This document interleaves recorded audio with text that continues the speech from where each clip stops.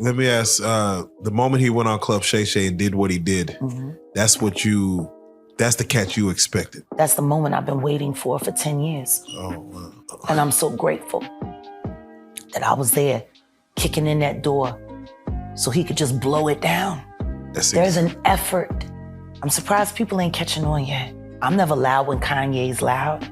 Gene Deal's never loud when I'm loud. But if we're running in tandem, somehow, everything that we're saying, even though we don't speak, is always corroborating each other. I can't wait. I can't wait for everybody to find out what's really been going on in the background. It's just not yet. Jaguar Wright has been outspoken regarding the wrongdoings within the music industry. However, the recent accusations against Diddy have fueled her to become even more assertive in her voice. There were video girls there. They were dancing. Michael Rappaport was there that night. Who? Michael Rappaport. The one who's beefing with KD. With Kevin Durant. Is he an athlete as well? No, Michael Rappaport, the actor. He played Remy in Higher Learning. Oh, gotcha. Okay. Yeah, he was there at the party. She appears resolute in her determination to ensure that Diddy faces consequences for his alleged actions, which she views as significant and serious. Wright asserts that Diddy, whom she perceives as having been a negative force in the industry for many years, has used Bad Boy Records mainly to boost his own reputation while stifling the progress of others. He said, the objective of Bad Boy is to kill talent. We don't want talent because of Bad Boy. Talented motherfuckers think they gotta say. Oh, a talented motherfucker will tell you, I'm gonna turn in my album when I feel like it. He said, but see, if we get people with no talent, and then we make them look like stars, see, we have total control. Because without us, they can't be the shit. He said, that's how we're gonna run this label, and we're gonna run these motherfuckers into the ground, and I'm gonna make all of you rich. And that was his fucking pep talk at the Kit Kat Club in 1996 to his interns, who are now mostly, executives at Bad Boy. So that explains making the band, bringing unknowns. With pressure mounting on Diddy, Wright's attention is not solely on him. She also aims to reveal all those who may have been involved in his purported actions. Check. If you could talk to Diddy right now at this moment, what would you tell him?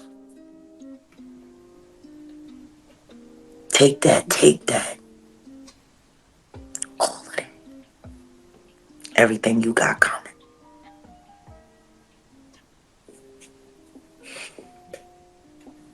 I ain't got shit else to say to that punk made bitch. You want to know what it's like to notice somebody the devil, watch them be the devil, tell everybody for decades that that's the devil. And you got to see him be the devil before you willing to believe it. And all of that is possible thanks to the whack bitches. Drum roll! Mary J. Blige, whack bitch. Jennifer Lopez, whack bitch. Carisha, please, whack bitch. In fact, Wright believes that Diddy's still up to his dirty ways, because he's just not afraid of the law, considering that he's trying his best to shift the blame and attention to other people like he has in the past. Redemption, like, is there anything that he could do? Yeah, he can die. He can die.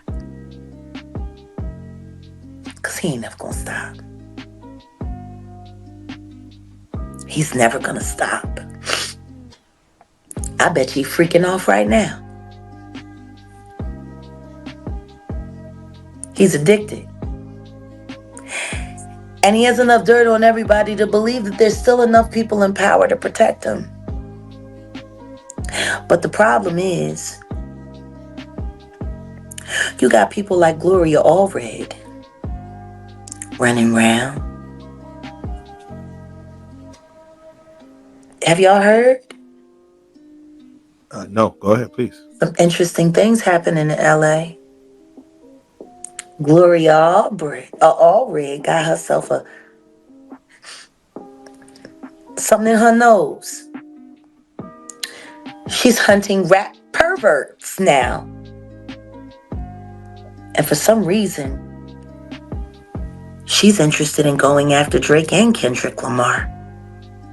Why? Aubrey, the one that ran. And Kendrick is not a pedophile. So why would you be trying to charge them both? Beyond Diddy, Wright contends that other notable figures, such as Jay-Z, have been involved in comparable, if not more severe, misconduct. Jay-Z is setting Diddy up.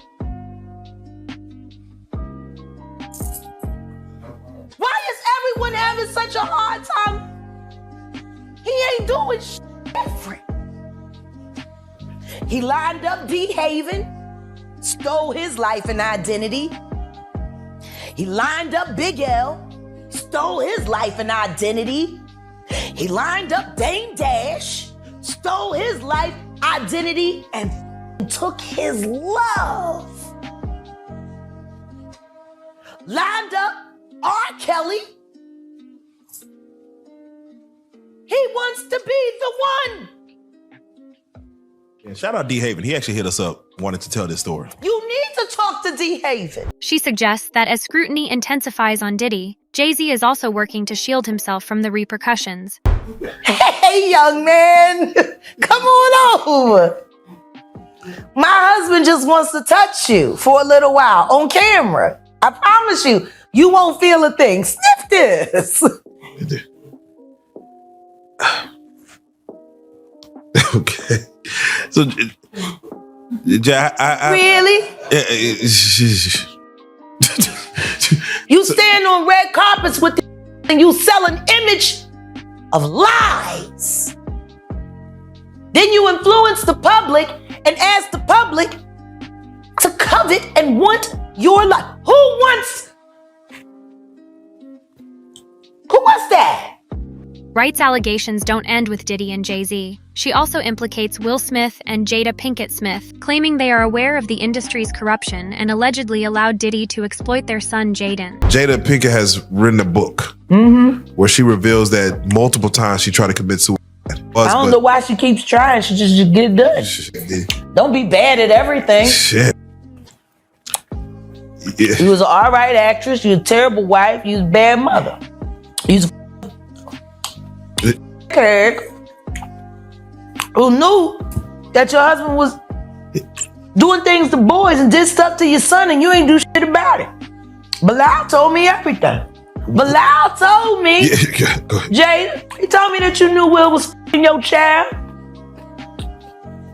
Yes, he did. Wonder why he left that out of his Tasha K interview. He said everything but the thing that was important. That he know that Will Smith raped Jaden, Bashir, and he raped Meek Mills, and you know it, Bilal. Moreover, Wright holds the belief that individuals like Orlando Brown have deliberately adopted unconventional or erratic public personas as a tactic to continue revealing the misconduct of figures like Diddy and Jay-Z without fear of reprisal. She stands firmly behind Brown's statements regarding Diddy, considering them entirely credible, and her support for his claims is unwavering. It's been working for Orlando Brown. Why wouldn't it work for Wendy? To play crazy. Why wouldn't it work? The oosh gosh whoosh why? Yo, Diddy, you gave me the oosh gosh goosh wash. You gave me the oosh gosh muaf. Orlando's brilliant. Y'all spent time with him. He's highly intelligent. Imagine what it's been like to wear this character for this long. This is a character. Actually, the shit he does online is the best acting he does. Is he speaking truth? Of course he is. You seen Quiet on Set? Major pain in his ass, literally, since he was a kid. Wright's fervent pursuit of truth and justice depicts an industry saturated with exploitation and manipulation, where influential figures have evaded accountability for far too long. Her unwavering determination to shed light on these issues indicates a profound dedication to exposing the systemic abuses within the music and entertainment sectors. What would it take for Jay-Z to go down like Diddy did? I don't know. But I got an idea that Evan Rogers is going to help me figure that out.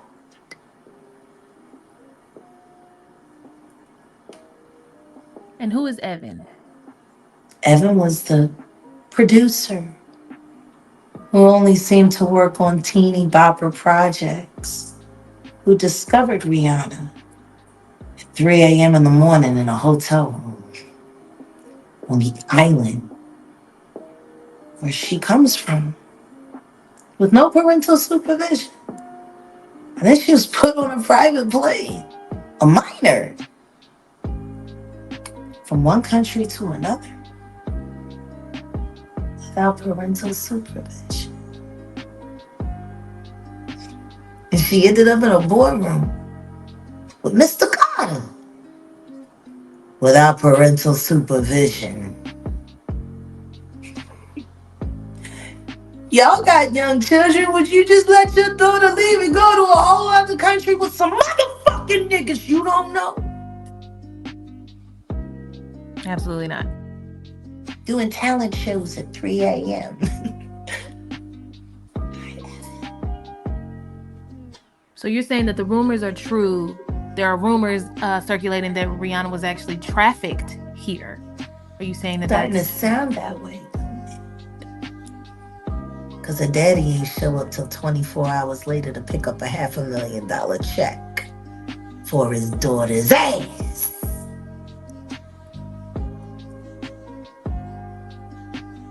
Maybe we should look more into that album, Auntie. That album cover was disturbing. A child bride with a crown over her head and blood smeared on her face. I don't know. How don't people see SOSs anymore?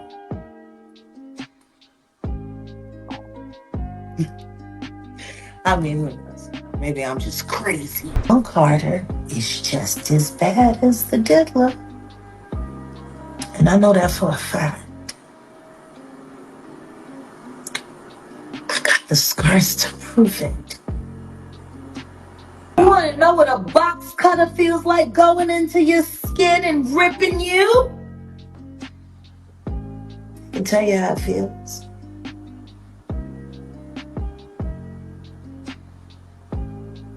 Y'all ain't seen shit yet.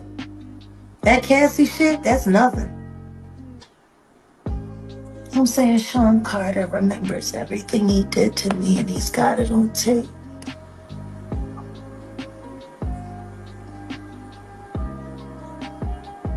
Just like Diddy.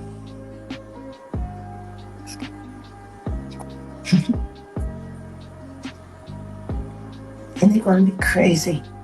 It's gonna be the women that get them in the end. And I think it's time for him to start speaking up about his very good friend. Just 9 months ago, you were singing his praises. All that he's done for the culture. And how you gotta be crazy like Diddy to make it.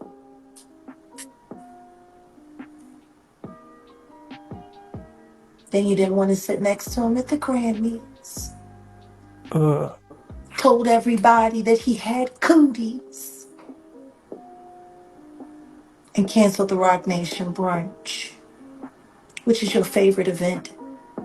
Because that's how you line up who you gonna move around next year. Like y'all did with Clarence Avant.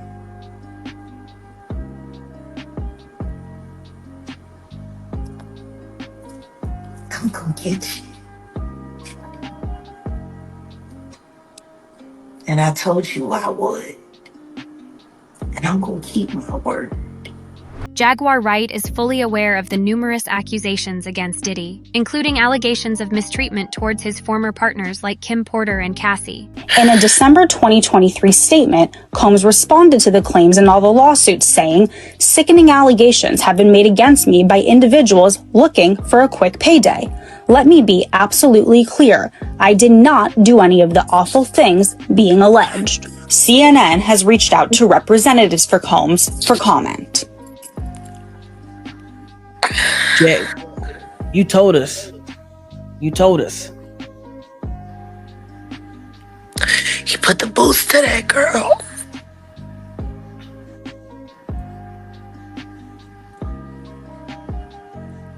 And Kim Porter put her life People ask, why do they stay? How could she leave? We just watched her trying to escape on camera. And it triggered that animal to jump up ass naked with a towel on and successfully punt her down a hallway, drag her like trash, and then throw large glass objects at her. He did that in a hotel where he knew cameras were. Imagine what the fuck he did at home, where he controlled all the cameras and he could fully be himself. Sure, it goes beyond our imagination. Beyond our imagination. Y'all remember when y'all talked to me when we were first talking about Cassie, and you were saying, people are saying that it's all cap, it's a shakedown. Did she just do it for the money? And do you remember what my answer was? Enlighten us. She didn't get paid enough. Nowhere near enough. Is Jay-Z up next? Jaguar is now alleging that Jay-Z is actually a lot worse than P. Diddy. He's just more smarter and calculated. Jaguar alleges that Jay-Z also plays a part in grooming young girls in the early 90s, such as Foxy Brown and Aaliyah, to name a few, and you know who else, but I can't say her name because her fans are gonna go crazy in my comments. Take a look. I think everybody that knows Sean Carter knows that he will slump anyone in any relationship for $1. Look at how he did Dame. Like, I don't give a fuck if you wanted to get away from your homie, if you wanted to get away from your partner. But to do it the way he did it, it's malicious. But maybe that was because he was fuck girl that didn't want you. Oh. Let the church say amen. I don't know. Maybe that's why. Maybe that's why you moved his ass around and out of Rockefeller so tough and then just moved right over to Def Jam. By the way, wasn't this all around the time when Aaliyah died? Yeah. And Beyonce's solo career was struggling? Jam on your horn now, that fucking bullshit ass record. From the Austin Powers shit, it was some of the worst shit ever. They were having a hard time taking her solo. And then Aaliyah died. And then they brought Rich Harrison in, and your love got me thinking so crazy right now. She liked posing with him in pictures for Page 6. Aaliyah didn't. She fell in love with Dame. And Aaliyah's gone, and you have to start asking yourself questions after being in this business for this long. If you're a halfway intelligent person, when do you start questioning how lucky some motherfuckers keep getting? It's understandable that Wright would be deeply impacted by the recent release of surveillance footage purportedly showing Diddy's aggressive behavior. You know, it was Snoop.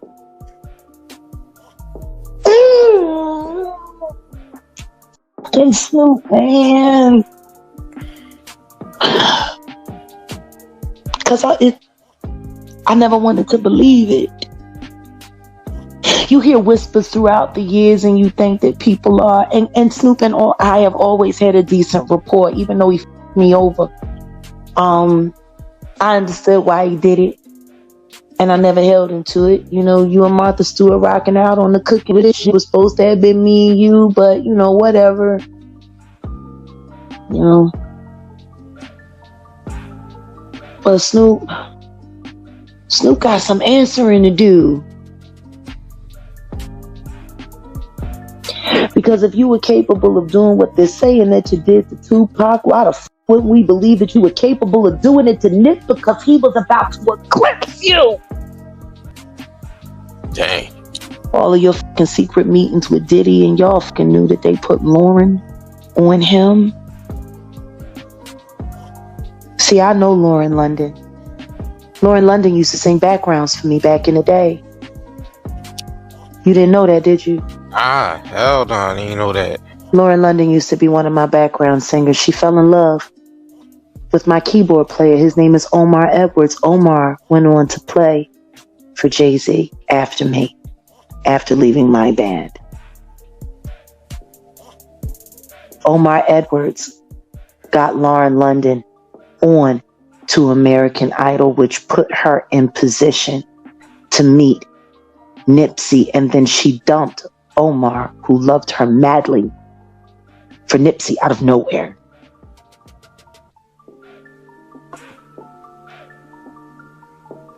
All those fucking Diddy parties.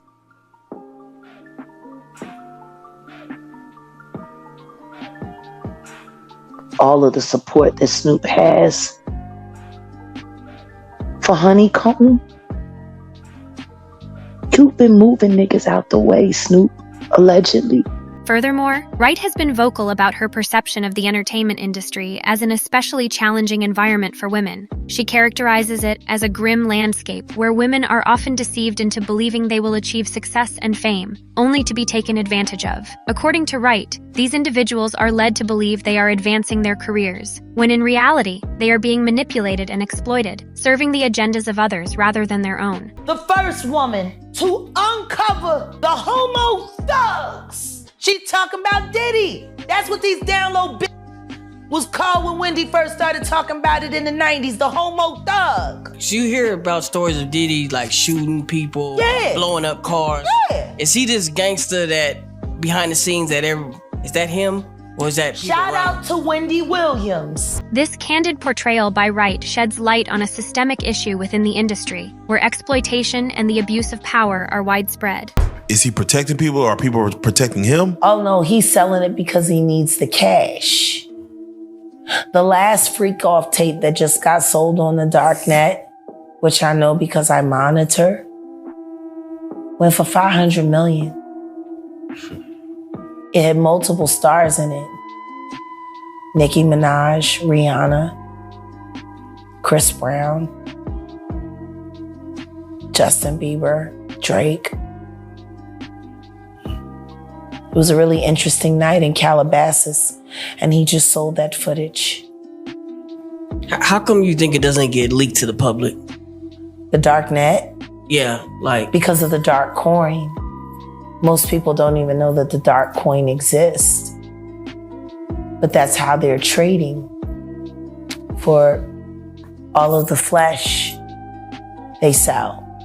Which is why I became so outraged last year when the twins turned 16 and he had them dressed like prostitutes and then he auctioned them off as NFTs because the NFT that he sold them to was attached to that dark fucking coin.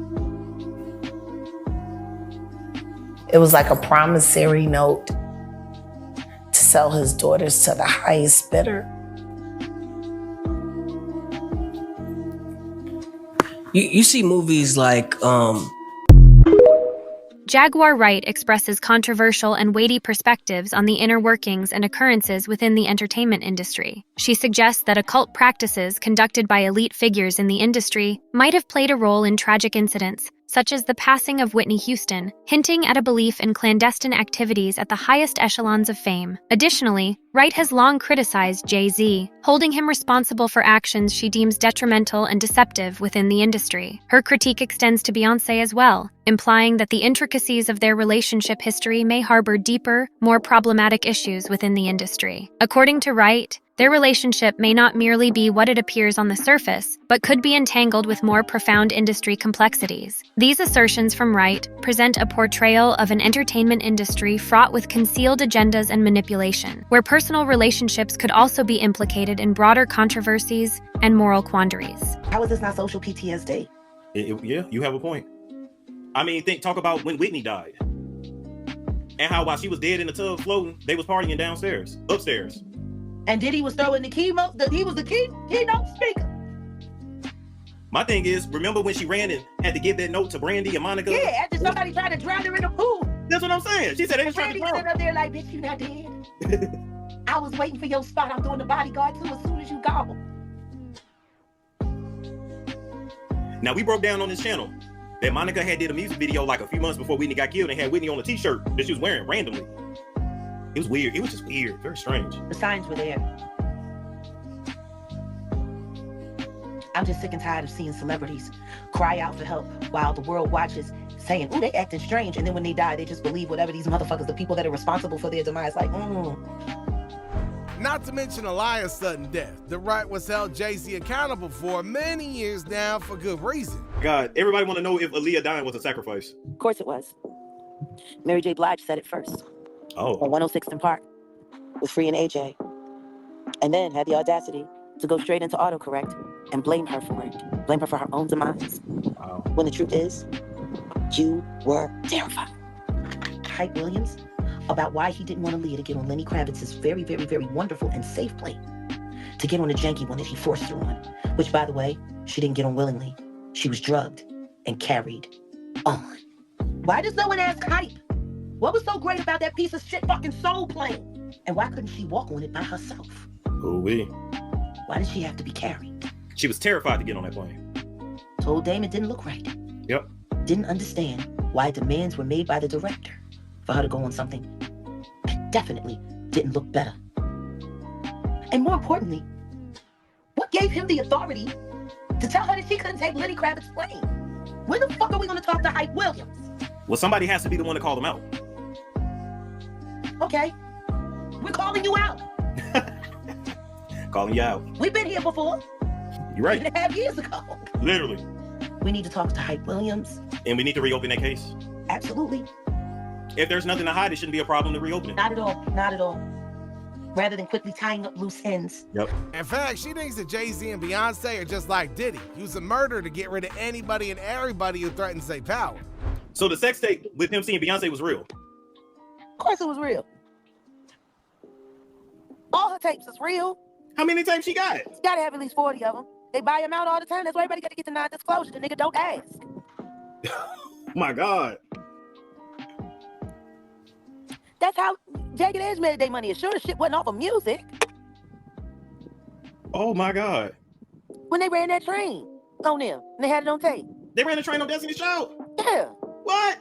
That summer when they was all on tour together, and then the tour instantly ended, and they said it was because Destiny's Child was going out on the road with the Backstreet Boys, and they tried to whitewash it all over, and Michael Wright did the big, I believe that's his name, Michael Wright, the manager for the Backstreets and the NSYNCs and the Britneys. Look at how their lives turned out, how lovely. Anyway, you know, so they put that whole thing together, and they tried to make it seem like they ended the tour because of the white tour. But the truth is, they needed a good excuse to explain why, you know, the ass got signed, a couple million got passed around, tapes got bought. Yeah, that's what happened. Damn. Yeah. You ain't never noticed? Jagged Edge don't be in no rush to put out no music. No, they don't. And they can afford to do it all themselves. I guess they had a nice bankroll. Now, some people are saying it was because of Matthew Knowles trying to f them girls. I mean, you liable to do anything. Drunk, high on crack, feeling yourself. Takeoff's death wasn't nothing but a corporate hostile takeover using his life as the goddamn... Oh my God. Yeah, RP Takeoff. That boy died so they could cash in a motherfucking insurance policy and to cover up the fact that Roc Nation was ripping Megan away from 300. I guess nobody's paying attention to the fact that complete control of Megan Thee Stallion's career was taken over right after Takeoff died, and the Prince family were forced to leverage and let her go, even though they did not want to. Isn't that interesting? Houston politics. And I'm not saying allegedly. Oh. I'm saying Sean Carter, you're taking Pimp C wasn't bad enough. Why the fuck did that house burn up? Who the fuck goes to their childhood house for a visit and the shit goes up in flames? That was very weird. And still, no real investigation on how the house just went up in flames. I guess they paid y'all off like they paid y'all off for that fucking Astroworld shit.